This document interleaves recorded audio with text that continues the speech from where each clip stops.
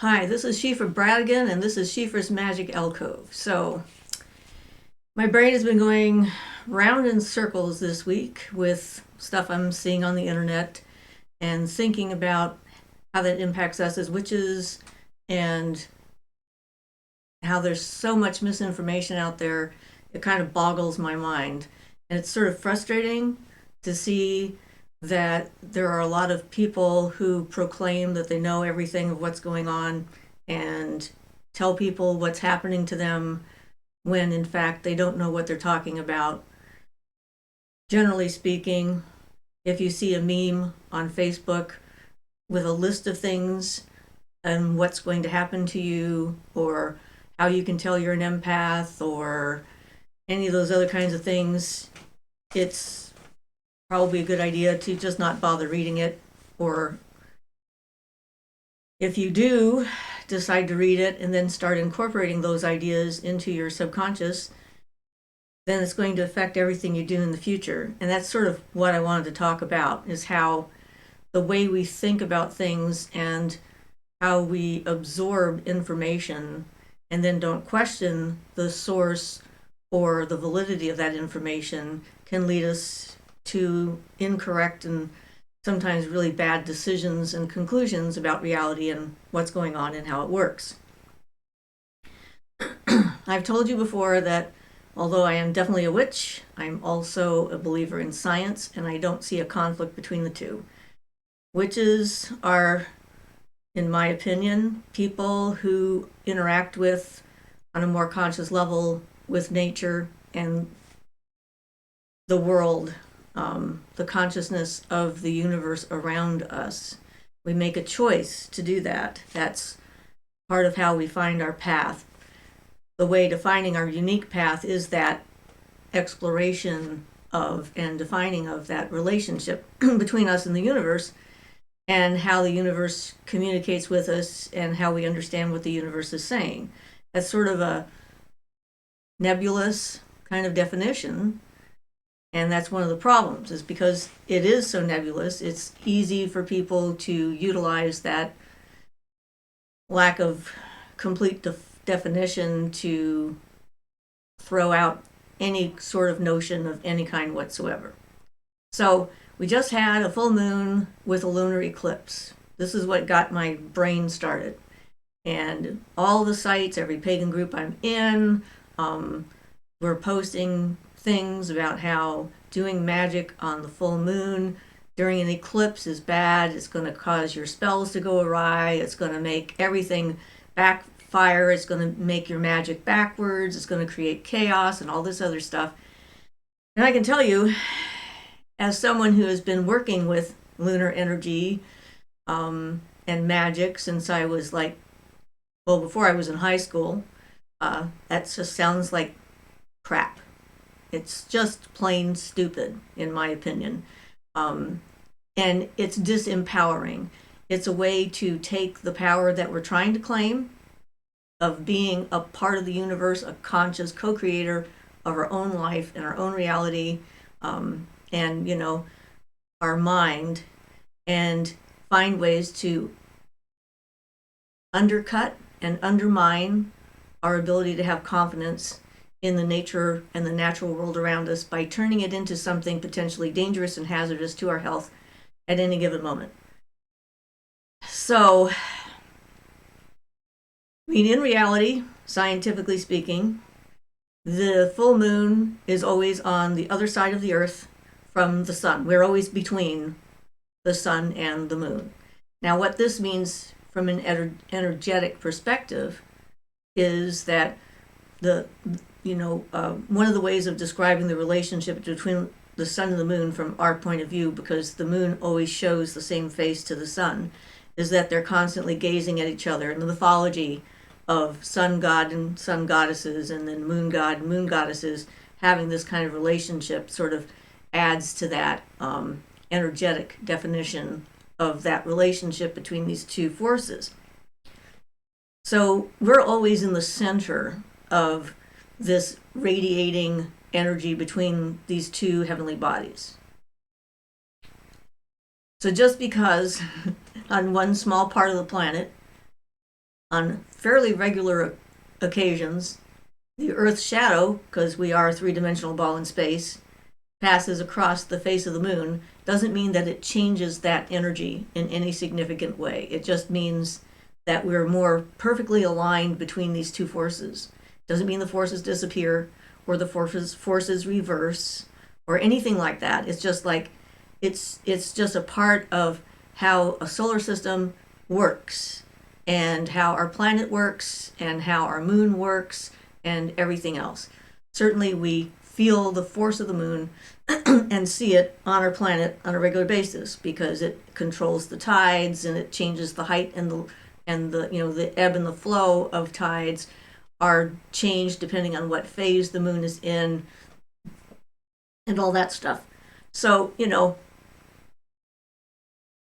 we have lots of associations with lunacy and romance when it comes to having a full moon and so forth. Many, many myths and stories about that. But none of them say really that if there's an eclipse, it's a doom. That comes from really the ancient prehistoric past when we did not understand or comprehend what an eclipse was and how it happened. It would be a tribe of people looking at the moon and all of a sudden it starts to fade and go away. This is a terrifying event for primitive people. They have no clue what is happening. Some of them might have, but in this case, we're creating a scenario where they did not know the mechanics of how this took place. And so it became like an omen of doom, of war, of some kind of dramatic thing coming, of the gods being angry with them, of the need to sacrifice in order to placate them, to placate the forces of nature, in order to keep life going, in order to have crops and all this other stuff. It's not where we are now. We are beyond, or we should be beyond, that kind of primitive reaction to these normal astronomical events. Same thing with a solar eclipse. I was at the last total solar eclipse in the field when the moon came in front of the sun. It was incredible, amazing, seeing the white aura of the sun shooting out from behind the moon as it covered it up. I mean, it was just remarkable, and the temperature dropping so precipitously, so quickly, and it was emotional. There's no doubt about it. I cried, I screamed, it was like an incredible experience. In the past, when that might happen to somebody, again, the same kind of reactions, like all of a sudden something is killing the sun. The sun is going away. In fact, there's several different stories in history. There was a large battle happening. I can't remember who the forces were now. I read about that a while ago, where a total solar eclipse happened as they were beginning this giant battle. And both sides put their weapons down and walked away. They decided that this was a seriously bad idea. They continued the battle later, like the next day. So it didn't stop the war completely, but it's that forceful of an impulse on a biological level and a primitive emotional level to think of these things as potentially hazardous and not comprehensible. But again, we're past that. We should be past that. And there's so many other things that are like that, but this sort of was the seed that got me started on thinking about the different ways we think about things and how we absorb stuff from other people and incorporate it into how we behave and what we do and what we think is good and what we think is bad and what's right behavior, what's wrong behavior. And because of the experience that I had, the shamanic dismemberment that I went through, whatever we want to call that, where I was literally completely torn to shreds till there was nothing left of me except for this little seed. And I had to rebuild myself. I had to rebuild my subconscious and, my personality and my ego structure and everything. And it's a long road back. There's still some things I'm probably working through from that.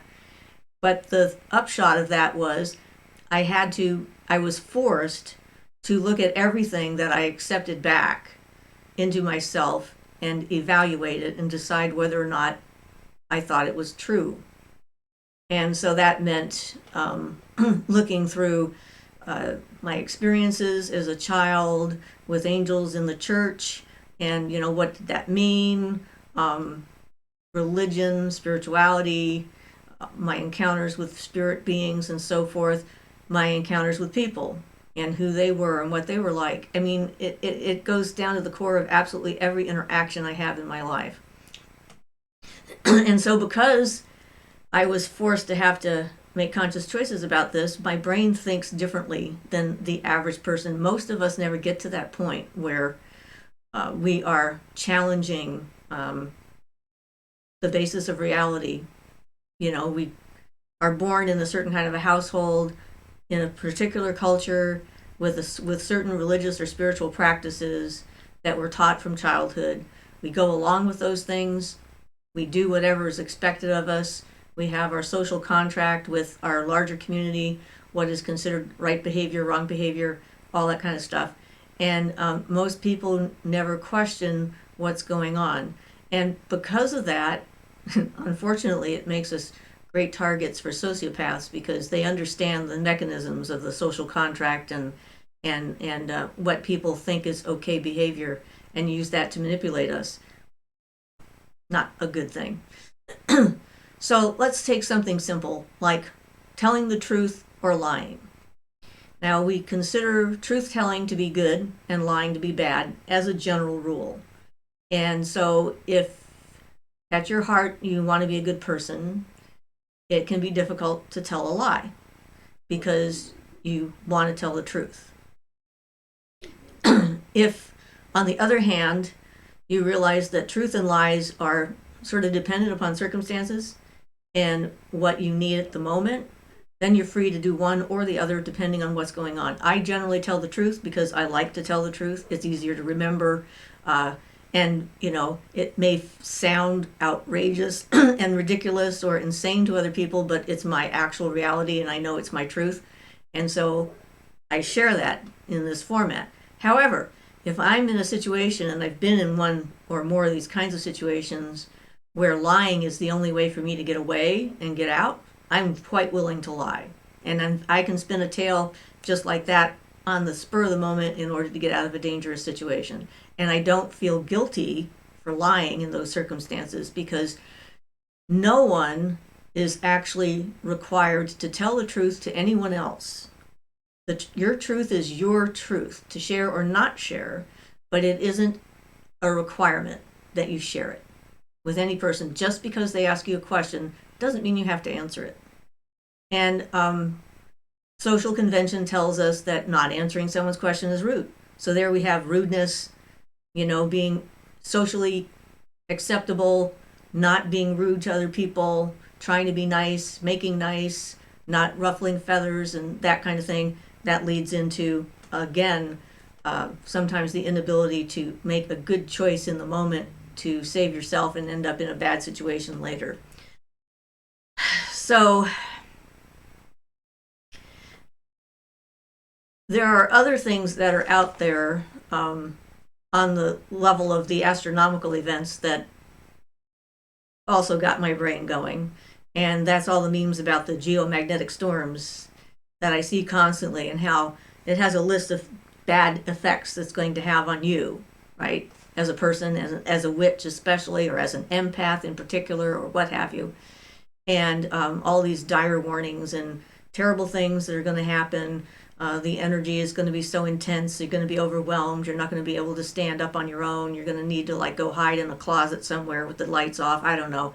There's just all sorts of really crazy scare tactics that I see in these posts. I consider these things disempowerment, that they are ways to take our power away from us by making us afraid of the world itself, which is the world that we are trying to interact with. So I did a basic research thing on solar storms, and basically there's 3 different types. Apparently I have a cat trying to visit. We have 3 different types. We have the geomagnetic storm, which is the G, We have the solar radiation storm, which is an S, and then we have the radio blackout storm, which is an R. And the space weather, you can look it up and see the definitions there, but basically they're from 1 to 5, and anything that's a 1 or a 2 is a pretty minor event. Anything that's a 4 or a 5 is a pretty major event.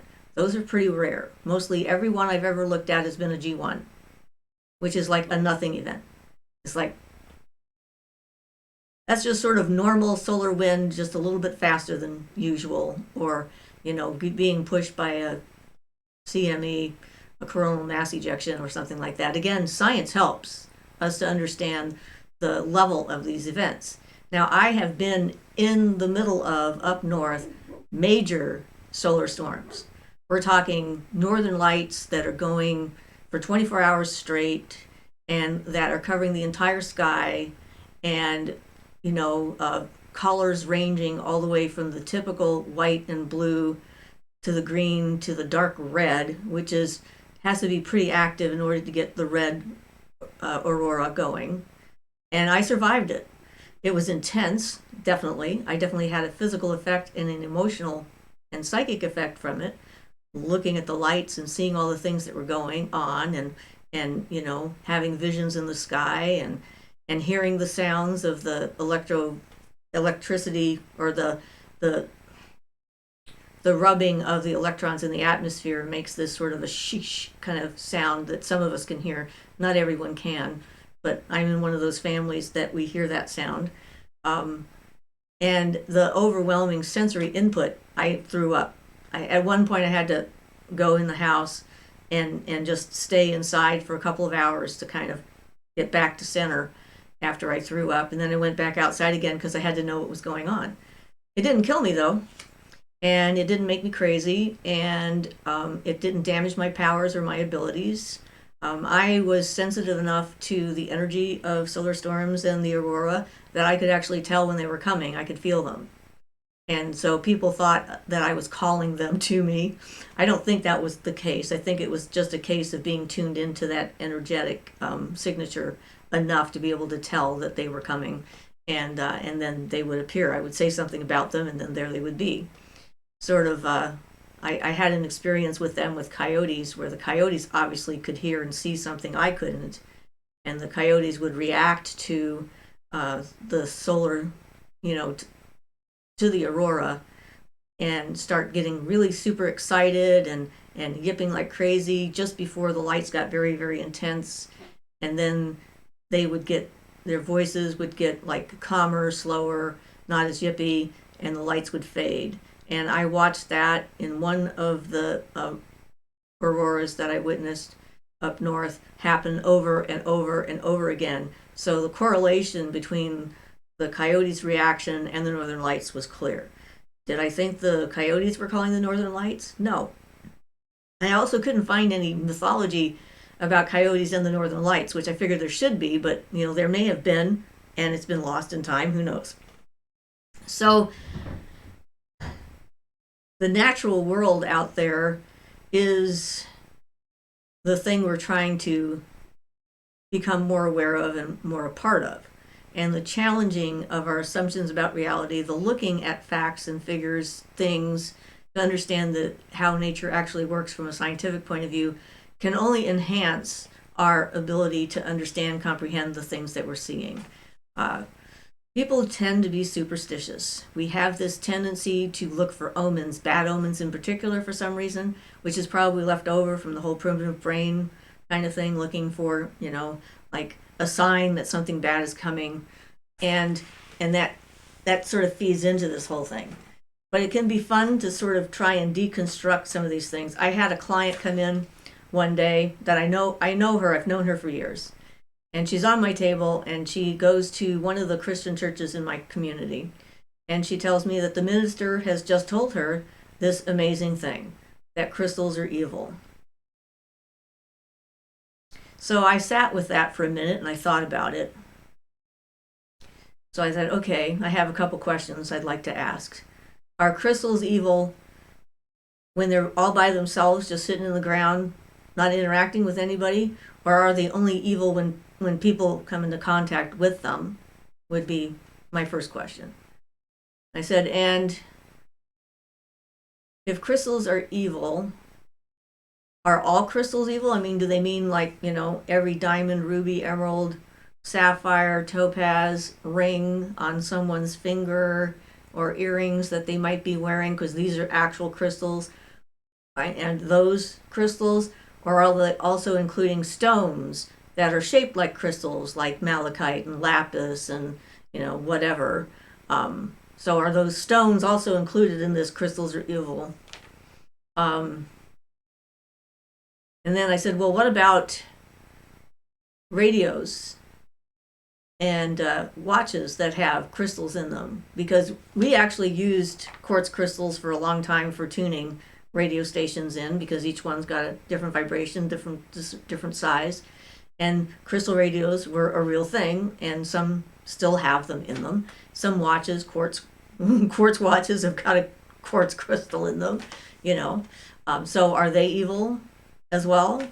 Just sitting in your computer and your television and your clock and your radio, whatever. And then I said, and what about table salt? Because salt's a crystal, right? It is. It's a crystal. And at this point in my questioning about the reality of whether crystals were evil or not, she sort of said, you know what, when you say it that way, it sounds kind of silly. I'm like, yeah, if crystals are truly evil, we're doomed, because they're everywhere.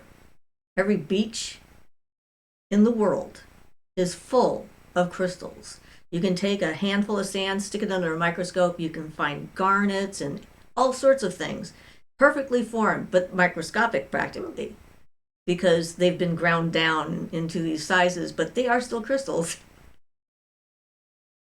So that's the kind of questioning about something that I'm talking about. It's like, just because someone proclaims that this is true, does it mean that this is true? So some of the other things that have been wandering around in my head about this kind of stuff. When the New Age movement started and people were thinking about reincarnation and the power of the spirit before it's born to choose its circumstances and that kind of stuff, that led into some very negative thinking patterns that a lot of people are still adopting. The biggest one, of course, is that you chose your parents and your circumstances in the life that you're in. And so this means that I guess you have no room to complain about anything that happens to you because you walked in with your eyes open, even if you don't remember doing it. And I think that this is a dangerous concept and not useful in any way, shape, or form to furthering our development as a species or as a human being or as a being of any kind. Because that takes away the responsibility of the other people in a life for their actions. And this path, in my opinion, is all about taking responsibility for your actions. So if you're taking responsibility for your actions, that means other people are responsible for their actions. And that doesn't mean that you are responsible for their actions, just because you may or may not have chosen to be here. And I'm practical when it comes to this kind of stuff. Like, is it going to serve me now, whether I did it or not? It doesn't excuse my father from torturing me when I was a child. It doesn't excuse my uncle from molesting me. It doesn't excuse any of that behavior that happened to me when I was a child, because I was not capable of defending myself, because I was in this body and I had to grow up.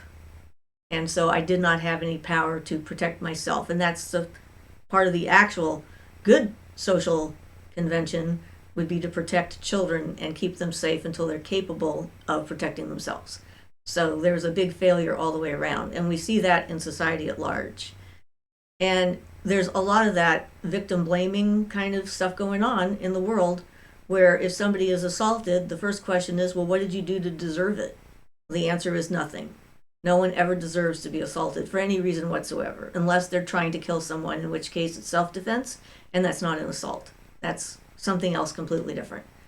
So if we start thinking along those lines, then when we're interacting with nature or with spirits or whatever, that's going to color our ability to take responsibility for our own stuff and make it easier for us to be tripped up, in a sense, by the powers that we're trying to connect with. If we think everything is our fault, it's not a good look. It really isn't. So one of the big ones, of course, that started me doing videos in the first place was the stories about the Fae being dangerous, evil, trying to trick us, that if you give them anything, you are making a contract with them and that you can't get out of. If spirit contracts were that easy, well, in that case, I guess we're doomed, because we all must have made a contract with a spirit being that we didn't even know existed at some point, because if it's that easy to do, we've already done it. So it means it's silly. It doesn't make sense. It's not valid. And the only reason why that came to be in the first place was St. Patrick and the church, and his attempt to turn the culture in Ireland at that point into something that was more controllable. And it's a standard pattern of conquering, to make whatever religion, spiritual beliefs, mythology, practices, or whatever of the people you're trying to conquer into something that's bad, and then flood future generations with that information so that they lose touch with their forebears and with their culture and their spirituality and everything else. The United States did the same thing to the Native Americans. They made their rituals illegal until like the 70s, I think. It was something you could go to prison for if you went to a Native American event, if they tried to practice their own religion. The myth that freedom of religion exists in the United States is not true. It doesn't. That is just something they like to say, because there's plenty of evidence that if you're a member of a different religion other than Catholicism or Christianity, and sometimes even Judaism, is included in that not okay religion part, then what you're doing is not okay. It sort of goes against what they think is supposed to happen. And that's about power and control over our minds, our bodies, our thoughts. There is obviously good things in all different kinds of spiritual paths and religions, but it's up to the individual to find what those things are. But when it comes to the larger institution of it, it was about conquering groups of people. That's what it was about. They used that as one of the methods in order to conquer, control, and separate people to get them to do what they wanted. And does that mean we're all brainwashed? To a certain extent, probably. And trying to wake up from that is difficult. So that New Age thing about everybody being, responsible for their own stuff, it led into the idea, well, it didn't quite lead into that, so maybe slightly different subject. Reincarnation. Now, again, me, practical, in the now. This is the life I'm in. This is the life I need to deal with. This is the life I need to function in. This is the life I need to be a part of.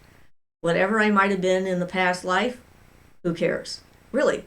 I mean, some of it was interesting. Some of the stuff I remembered was interesting. It certainly added to my pool of experience and allowed me to be empathetic with certain experiences I might not have had in this life, but that I remember having in another life. And so I can be a more compassionate person. But does it mean anything to the here and now? Not really. Whether someone was like a ruler of a country, or a great seer, or a member of a royal family, or whatever, that's there then. This is here now. And if we're looking into the past all the time, then we're not being in the now. We're not doing anything about where we're at. So I have this pragmatic, practical attitude towards magic, which is apparently not as common as I thought. And it's just a distraction. I consider all those things distractions. I mean, learning about magic, divination, and everything else, using energy, healing people, this is all great stuff. But you got to keep that mental balance and that healthy skepticism alive, and evaluate whether an idea that you're embracing is useful to you, whether it's true or not. if it's not useful, what's the point of having it? It's if it's not improving your quality of life, your quality of experience of having a life, if it's torturing you, making you feel that you're not worthy, insecure, and everything else, is it a good thing to embrace? Probably not. So I guess that's what I'm trying to get to here. It's like free will only happens when you actually have looked at and evaluated these basic truths about your reality that you've adopted without knowing. That's what shadow work is about, really, when it comes down to it. It's about looking at yourself and identifying your beliefs in things, and then looking at those beliefs and then deciding whether those beliefs are ones you want to keep or ones you want to let go of. And that's complicated, and it takes a lifetime or more, who knows, but it's worthwhile to do, because then when you're deciding something, you're actually making the decision. So when I tell the truth, it's because I've decided I want to tell the truth. If I lie, I've decided it's because I need to lie. If I'm polite, it's because I like to be polite, but I'm only polite if the situation calls for it. If the situation devolves into a point where being polite is just going to continue it on in the same direction, which is not healthy or good, then I can be as impolite as anybody else, and I can like take somebody down with a couple of words and just smack them, not literally but figuratively, and put a stop to it, because I don't feel I have to be polite. That's another one of those social convention things. Women especially are taught that they have to be polite, and they have to make sure everybody's feeling okay, that everyone's getting along. My mother was the great peacekeeper in our family, and she was so much the peacekeeper for other people that she never could protect us, her own children. It's a very strange thing to experience from your mother, but it's like, if I had something happen to me, if I had a bad encounter with someone said something mean to me, or upset me or made me cry or whatever, and I would go tell my mother about it, her first option in her mind was to try and explain why the other person acted that way and how I must have misunderstood and I should give them the benefit of the doubt, instead of validating my experience and my feelings, which was really frustrating for me. And my mom was so good at that. I mean, she would defend a stranger, and she did. She was like at a bar in DC one night and was leaving the bar, and some guy was getting beaten up by this other guy, and all these people were standing around watching it, and my mom jumped into the middle of the fight and started pulling people apart and started chewing out the crowd for standing there and not doing anything to help this person. So I know that she had it in her to be able to defend the helpless or people that she saw as needing defending, except she was so programmed by her culture, my father, and everything else, that her choice with her own children was not to defend us, not to protect us. And so, it's just sort of like a real vivid example of how that ideal, of seeing both sides or what have you is something to aspire for. I have a real problem with people who want to see both sides of every situation, because I feel I can't trust them. I want people who have defined opinions, whether I like their opinion or not. It doesn't matter to me. That part's not as important. Of course, if I really dislike their opinion, then that tells me I don't want to be friends with them, and that's fine, because that saves me a lot of time and effort. Then I don't have to sit around wondering whether or not I'm supposed to be friends with this person, blah, blah, blah. I can just go like, okay, they're not my kind of person, so I can just let them go and do their thing and whatever. But people who are constantly sitting on the fence, I say all they're doing is getting splinters up their ass. It's like, if they can't pick one way or another, it's like there's nothing wrong with like consensus or mediation and that kind of stuff in certain circumstances, but those are usually special circumstances when you're trying to help two other people see each other's and hear each other's voice so that they know what the other one is saying. It's not believing both sides. It's like getting both sides to hear what the other side actually is saying, and that's not the same thing. So this path to me is all about defining yourself for who you are, who you want to be, and this is part of the process of doing that, is challenging these things. How many times have you seen somebody say, oh my God, I have some crows on my roof? What does it mean? It means you have crows on your roof? I mean, they're the most populous bird on the planet. The corvid is like, there's more corvids out there than any other bird in the world. The chances of seeing a crow are pretty good wherever you live, pretty much, or a raven or whatever. And the poor raven and crow to be assigned to these, relegated to these negative connotations and stuff like that when they've done nothing but, be who they are. It just seems unfair to them. Poor guys. But that's just sort of an example. It's like, if we're looking to define things, to how we choose to try and define them instead of just accepting them makes a difference. So then there's like ascension. All right, so everybody wants to know what I think about ascension. This is what I think about ascension. If it happens, it'd be awesome, but I'm not looking for it to happen. Because work comes from within. It's my job to become a better version of me, not some energetic force out there in the universe that's going to smack me in the head and suddenly I'm going to wake up and go like, oh wow, that's how it is.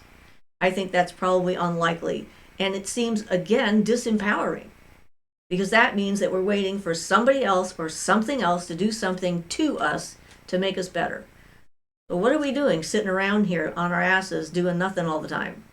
I mean, if we're waiting, it's just another, I guess, what's the word I'm looking for? Substitute for other kinds of higher powers. And an ideal of all of us ascending at the same rate at the same time and all getting along and understanding each other is just that, an ideal. Reality doesn't work that way. Reality is messy. There's good people, there's bad people, there's dangerous people, there's helpful people, there's evil people, there's people who wouldn't think twice about doing something terrible to you or to your animals or to your yard or to your house or anything else. And then there's other people who would give you the shirt off their back, not because they think they have to, but because they want to. It's like the intention does make a difference. Although actions are good, the intention behind the actions can make a much bigger difference to you as an individual.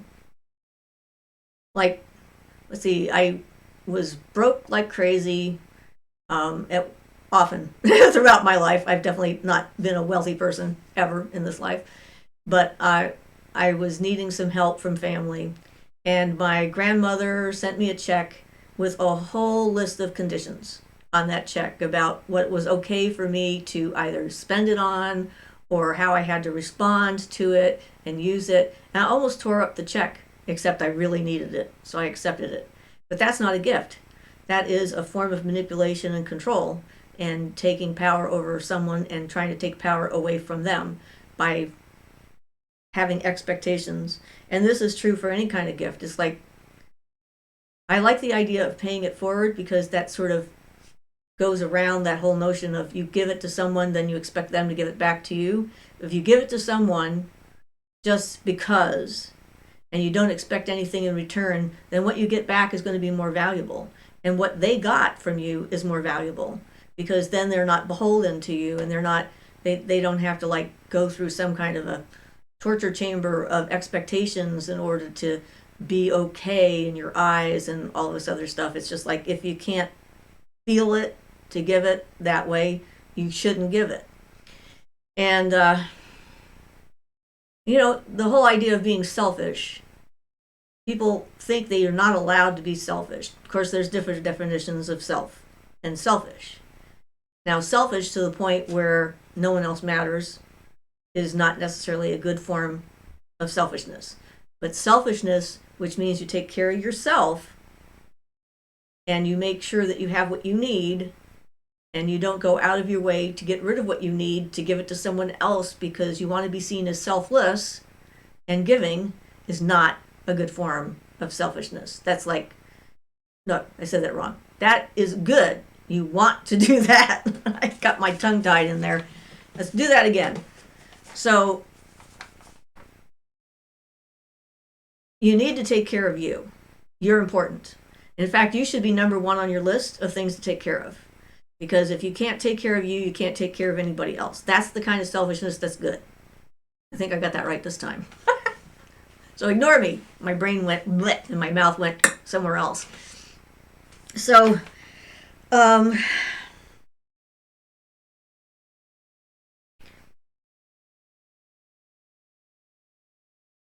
so I guess if there's any message to this rambling that I'm doing today, it's look at the things that empower you to grow, become more yourself, become a stronger person, become better able to make decisions and choices, and look at the things that don't empower you, things that stop you, that shorten your path, that make you incapable of making a decision or a choice, because that's what this is about. There's so much information out there now, and most of it's not accurate. I mean, it's like, again, one of the reasons I decided to start talking was because I'm seeing all this, like witchcraft is the new trend. People have to buy a kit in order to do magic. You have to spend a lot of money in order to get the tools that you need. I have a lot of stuff now, but then I've been at it since I was a teenager, and I'm 71. And a lot of this stuff I've found in Goodwill, or people have given to me over the years, or whatever, or I've made myself. It's not doesn't happen all at once. It's just like these little things that happen here and there, and it doesn't reflect my worth. It's like, or my power, because power isn't about the stuff I have in my house or the stuff I have in my temple or anything else. It's about what I have in my heart and how I can access that and be confident in that and know what that means to me and know who I am. And yeah, it's such a huge subject, but it seemed like a good thing to try and start a conversation about, because I'm sure when you look at your own life and your own thought processes, you're going to find things that do that to you. You know, like crystals are evil or something silly like that you've just adopted. They are bad, spirits are bad, everything's bad. I don't know. The world's a lot more complicated for sure, but it's not like that kind of dangerous when it comes to the world itself, in my opinion. Anyway, so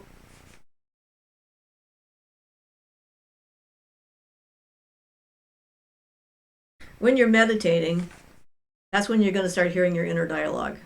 That's what you'll know is in your head. And that's the reason for meditation, is to get to know what's running around in your head so that you can intercept it and then evaluate it and then accept it or change it, do something about it. And like I said, this is a process. It takes a lifetime or more. It's not like something that you ever stop doing. And definitely beware of people who know everything. I know I've said that before. Anyone who knows everything doesn't know as much as they think they do, because the more you know that there's more to know out there, and you don't know it all.